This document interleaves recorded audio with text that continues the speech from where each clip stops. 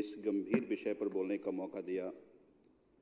आज मैं जिस विषय पर बोलने जा रहा हूं अध्यक्ष महोदय, ये व्यथा है दिल्ली वासी की और कहानी है ये नासमझ प्रशासक का। एक प्रशासक अगर नासमझ हो तो वो सूबे को कैसे बर्बाद कर सकता है, इसकी ये कहानी है। एक प्रशासक को जो नासमझ हो, अगर उसको असीमित पावर दे दिया जाए तो किस तरह से फली फूली बगिया को उजाड़ सकता है, उसका आज की चर्चा जीता जागता उदाहरण है। आज का ये चर्चा इस बात का साक्ष्य है कि चुनी हुई सरकार को एक नासमझ प्रशासक जिसके पास असीमित पावर हो, कैसे शक्ति को छीन सकता है और रौंद सकता है। हालांकि इस पूरी कहानी, जो कुछ भी मैं कहना जा रहा हूं, मैं पहली बार नहीं कह रहा।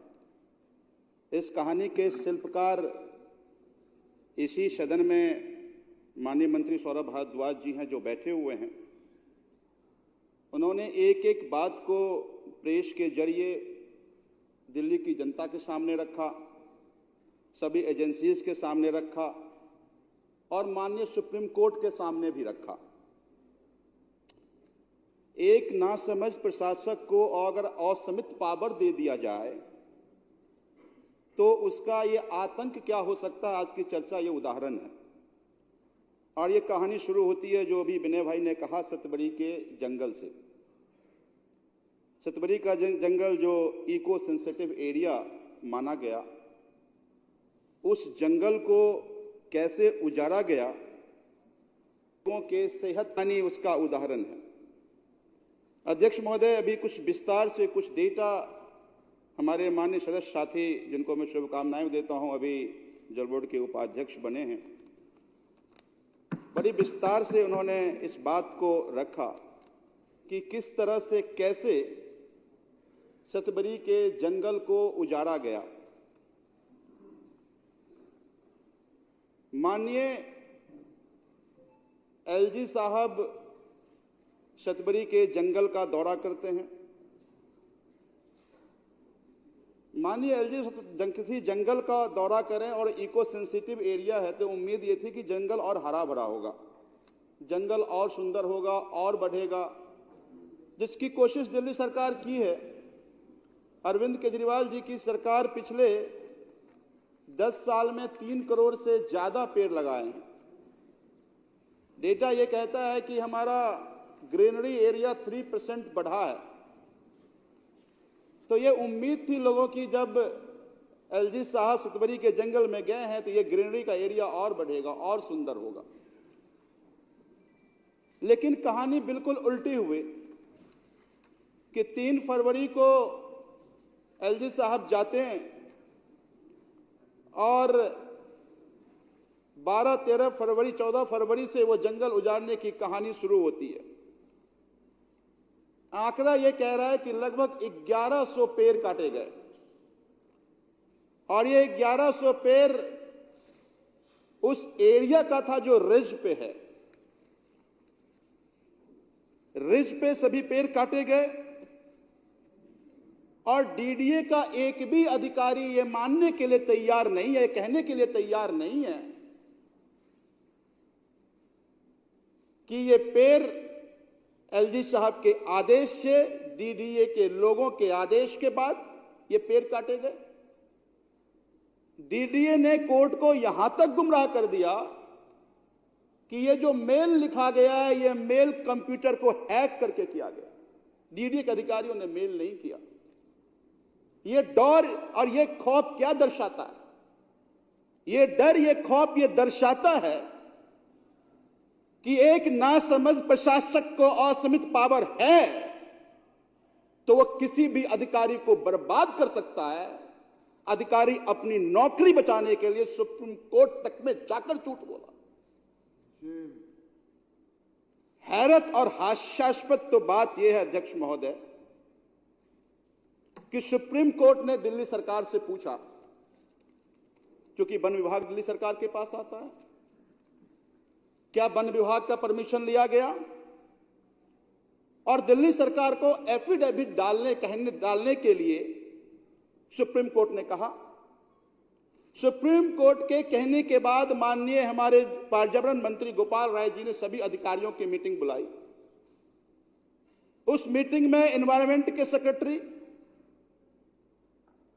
उस मीटिंग में जो हमारे जो प्रिंसिपल कंजर्वेटिव ऑफिसर हैं फॉरेस्ट के, वो सारे कंजर्वेटर्स सबको बुलाया गया। उस मीटिंग में एनवायरमेंट मिनिस्टर ने कहा कि सभी घटना का तथ्यात्मक जानकारी सरकार को दी जाए। आपको सुन के आश्चर्य होगा अध्यक्ष महोदय, पूरे दिल्ली और देश के लोगों को सुन के आश्चर्य होगा कि एनवायरमेंट मिनिस्टर के आदेश के बावजूद दिल्ली सरकार के इस सरकार के सेक्रेटरी ने अपने मिनिस्टर को जानकारी नहीं दी। लगातार डायरेक्शन देने के बावजूद अधिकारियों ने जवाब नहीं दिया। क्यों नहीं किया? यह जवाब इसलिए नहीं दिया कि उसको पता था कि नासमझ प्रशासक के पास असीमित पावर है, अगर हम जानकारी देंगे तो गाज हम पे भी गिरेगा। फिर ऑल मिनिस्टर्स की मीटिंग में सभी मिनिस्टर्स ने एक फैक्ट फाइंडिंग कमेटी बनाई और उस फैक्ट फाइंडिंग कमेटी में माननीय मिनिस्टर सौरभ भाई, अभी माननीय सीएम तब मिनिस्टर थी वो, अतिशी जी और इमरान भाई की एक कमेटी बनी। उस कमेटी ने, फैक्ट फाइंडिंग कमेटी ने सभी अधिकारियों को जानकारी इकट्ठा करने के लिए डायरेक्शन दिया, लगातार डायरेक्शन दिया। बाद में एनवायरमेंट सेक्रेटरी की चिट्ठी आती है, बड़ा ही हास्यास्पद है, सुनकर आश्चर्य होगा आपको, कि एनवायरमेंट सेक्रेटरी ने यह लिखा कि हम अपने मंत्री के सिवाय बाकी किसी की जानकारी नहीं दे सकते और हमें अपने मंत्री से डिटेल में बात हुई है, लिख के फैक्ट नहीं दिया। जबकि पक्ष के भी और विपक्ष के भी साथी, अब पूरे देश ही जानता है कि अलग अलग मिनिस्टर्स अलग अलग विभाग के सेक्रेटरीज को बुलाते हैं, भले उस विभाग के हो या ना हो। और ये बात ट्रांजैक्शन ऑफ बिजनेस रूल में भी, चूंकि ये कमेटी एनवायरमेंट मिनिस्टर के डायरेक्शन पे बना था, लेकिन ये जानकारी वो जो फैक्ट फाइंडिंग कमेटी थी, उस फैक्ट फाइंडिंग कमेटी को जानकारी मुहैया नहीं कराया गया। फैक्ट फाइंडिंग कमेटी जब जहां पे पेड़ कटा वहां गया तो फैक्ट फाइंडिंग कमेटी ने यह पाया कि ना केवल पेड़ काटा जा रहा है, बल्कि पेड़ को जड़ से उखाड़ कर हटाया जा रहा है ताकि कोई साक्ष्य ना मिले। यह तो कोई घनघोर अपराधी कर सकता है, ये कोई प्रशासक नहीं कर सकता, वो कोई दिल्ली के अधिकारी नहीं कर सकते। अध्यक्ष महोदय, जो आगे में कहने वाला हूं उससे भी सनसनीखेज कहानी है, जो सौरभ भाई पहले ही प्रेस कॉन्फ्रेंस में कह चुके हैं कि ये रास्ता बनाने की जिम्मेदारी यूटी पैक के पास है। ये अभी जो प्रशासक हैं, जो एलजी साहब हैं, वो ये मई में बने, उससे पहले अप्रैल में यूटी पैक ने यह बताया कि यह रास्ता कहां से बनेगा। मई में जब ये प्रशासक बने हैं, उसके बाद यूटी पैक ने जहां से रास्ता बनाने की बात की थी, उसके उलट रास्ता बनाया गया। और यह रास्ता इसलिए उलट दिया गया, और यूटी पैक के चेयरमैन एलजी होते हैं, मेंबर होते हैं वीसी, यह रास्ता इसलिए बना दिया गया, पलट दिया गया, क्योंकि यूटी पैक जहां से रास्ता दे रही थी वहां फार्म हाउस था, और यूटी पैक ने इसलिए उधर से दिया था कि वो चाहता था कि ये जंगल ना कटे। तो आखिर एलजी साहब की ऐसी मजबूरी क्या थी कि फार्म हाउस वाले और जंगल में चुनने का अगर अवसर था तो उन्होंने फार्म हाउस वालों को चुना, दिल्ली के जंगल का सत्यानाश कर दिया। आखिर एलजी की ऐसी क्या मजबूरी थी कि एलजी साहब ने दिल्ली के लोगों के सांसों के साथ खिलवाड़ किया। जिस जंगल को हम दिल्ली का फेफड़ा कहते थे, उस फेफड़ा को छेदने का काम किया। और ऐसा नहीं था यूटी पैक ने यह भी लिखा था कि केवल फार्म हाउस के 5 से 10% एरिया लिए जाएंगे, सामने पूरा पूरा फार्म हाउस जाएगा। तो ऐसी कौन सी मजबूरी थी एलजी साहब की कि एलजी साहब ने इतना बड़ा कुकृत्य किया। दिल्ली की जनता और हम सब सदन के सदस्य यह जानना चाहते हैं। अध्यक्ष महोदय, बार बार सुप्रीम कोर्ट यह पूछती रही कि आखिर किसके आदेश पे जंगल काटा गया। एक भी अधिकारी जिम्मेदारी लेने के लिए इस बात को नहीं माना कि जिम्मेदारी किसकी थी। सुप्रीम कोर्ट नाराज होकर सुप्रीम कोर्ट को यह कहना पड़ा कि एलजी अपने आप को सुप्रीम कोर्ट ना समझें। यह जिम्मेदारी बनती है कि अगर रिज पे कोई जंगल कटेगा तो सुप्रीम कोर्ट की परमिशन लेना पड़ेगा। लेकिन सच को आप ज्यादा छुपा नहीं सकते। फिर सुप्रीम कोर्ट ने ठेकेदार को बुलाया। ठेकेदार सुप्रीम कोर्ट ने पूछा कि आखिर यह किसकी परमिशन थी। तो ठेकेदार इनसे नहीं डर रहा था, क्योंकि ठेकेदार इनका माथा था नहीं। तो उसने कहा कि मेरे पास एग्जीक्यूटिव इंजीनियर का मेल आया, जिस मेल में उसने कहा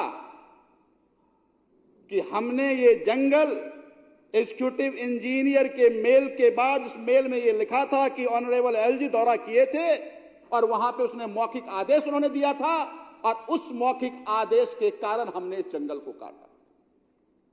ठेकेदार ने यह भी कहा कि जंगल काटते समय वहां के एग्जीक्यूटिव इंजीनियर, वहां का एई, वहां का जीई सब दौरा करता रहा। सुप्रीम कोर्ट उस ठेकेदार ने यह भी कहा कि तत्कालीन इंजीनियर इन चीफ मेल में यह भी लिखा था कि ठेकेदार का कम्युनिकेशन इंजीनियर इन चीफ से होता रहेगा। अब जब बात एई जेई की आ गई, फिर एई जेई गवाह बना और उसने कहा हां, ये एलजी के आदेश पे ये हमने इस ठेकेदार को चिट्ठी लिखी थी। अब समझिए उसके बाद क्या होता है। और हद तो तब हो गई जब दिल्ली के चीफ सेक्रेटरी ने यह कह दिया कि माननीय एलजी को यह जानकारी नहीं थी कि पेड़ काटने के लिए सुप्रीम कोर्ट की परमिशन की जरूरत है। तब मैंने पहले कहा था कि एक नासमझ प्रशासक जिसके साथ पास असीमित पावर हो, तो चाहे कितने भी बड़ा अधिकारी क्यों ना हो, उसके सामने सर झुकाएगा। अगर सर झुकाएगा तो दिल्ली को बर्बाद करेगा। अध्यक्ष महोदय, पूरी जांच पड़ताल के बाद में डीडीए के वीसी ने माफी मांगा, जिसमें कहा था कि ईमेल हैक हो गया हमारा, गलत एफिडेविट के लिए। मजाक बन गया इंस्टीट्यूशन का। और इस मजाक इसलिए बना कि एक नासमझ प्रशासक के पास असीमित पावर था, तो सब कुछ को उसने ताक पे रख दिया। और उसके बाद अध्यक्ष महोदय, कार्रवाई की बारी आई। आपको सुन के आश्चर्य होगा, कार्रवाई किस पे हुई? उस एई और जेई पे और एग्जीक्यूटिव इंजीनियर पे जो कोर्ट में गवाह बना था। पहले ये सभी कहे जंगल कटने के बाद मुझे जानकारी मिली, तो 3 फरवरी के दौरे में जो डीडीए का VC, engineer in chief, principal secretary, conservator सब गए थे, कैसे जानकारी नहीं थी? इन लोगों ने सुप्रीम कोर्ट को गुमराह किया है। मेरे ख्याल से आज ही सुप्रीम कोर्ट में केस है और मैं माननीय मुख्य न्यायाधीश से भी यह निवेदन करता हूं कि उस पूरी एफिडेविट को पढ़ें कि किस तरह से एक नासमझ प्रशासक ने सभी प्रशासनिक इकाई को झूठ बोलने पर मजबूर किया। और मैं यह भी कहना चाहता हूं कि जो भी दोषी हो उसको बख्शा ना जाए। एक बात बताइए अध्यक्ष महोदय कि आज तमाम तरह की कवायद करने की इन्होंने कोशिश की। कहानियां तो बहुत सारी हैं, मैं उस डिटेल में नहीं जाऊंगा कि कैसे किस किस तरह से दिल्ली को बर्बाद करने की साजिश एलजी साहब ने किया है। लेकिन आज इस पूरे जंगल काटने के एपिसोड में जिस तरह से चुनी हुई सरकार को सुपरसीड करके सभी अधिकारियों को डरा करके ये साजिशें की गई, आखिर उसका कारण क्या था? भाई हम लोग दिल्ली के निवासी हैं। मैं इस सदन में आज रख रहा हूं, जो मैं रख रहा हूं उसकी जांच एजेंसी करे। वहां लोग ये कह रहे हैं कि अगर ये जंग पहले यूटी पैक ने रास्ता बनाया था, उधर से रास्ता जाता तो कम से कम 75 फार्म हाउस को नुकसान पहुंचता। उस 75 फार्म हाउस वालों ने 2-2 करोड़ रुपए दिए हैं और वो 150 करोड़ रुपया लेकर के ये सारी कबायत जंगल को बर्बाद करने की, दिल्ली को बर्बाद करने की साजिश प्रशासक ने रचा है। अगर मैं झूठ बोलता हूं तो वो ईडी या वो सीबीआई जांच करे। जंगल बर्बाद हुआ दिल्ली का, वो जंगल जो इको सेंसिटिव एरिया था, जो रिस्क था। एक पेड़ काटने के लिए अगर मेरे यहां मेन सड़क पे एक सूखा हुआ पेड़ है, काटने के लिए 5 साल लगे, नहीं कट पाया। ये 1100 पेड़ ऐसे काट दिया तुमने, इतनी तुम्हारी हिम्मत। इसलिए कि तुमको केंद्र की सरकार ने और संवैधानिक बिल के जरिए पावर दे दिया। तो तुम्हारी नासमझी का आखिर भुगतान दिल्ली की जनता क्यों करे? उसका नुकसान चुनी हुई सरकार को क्यों हो?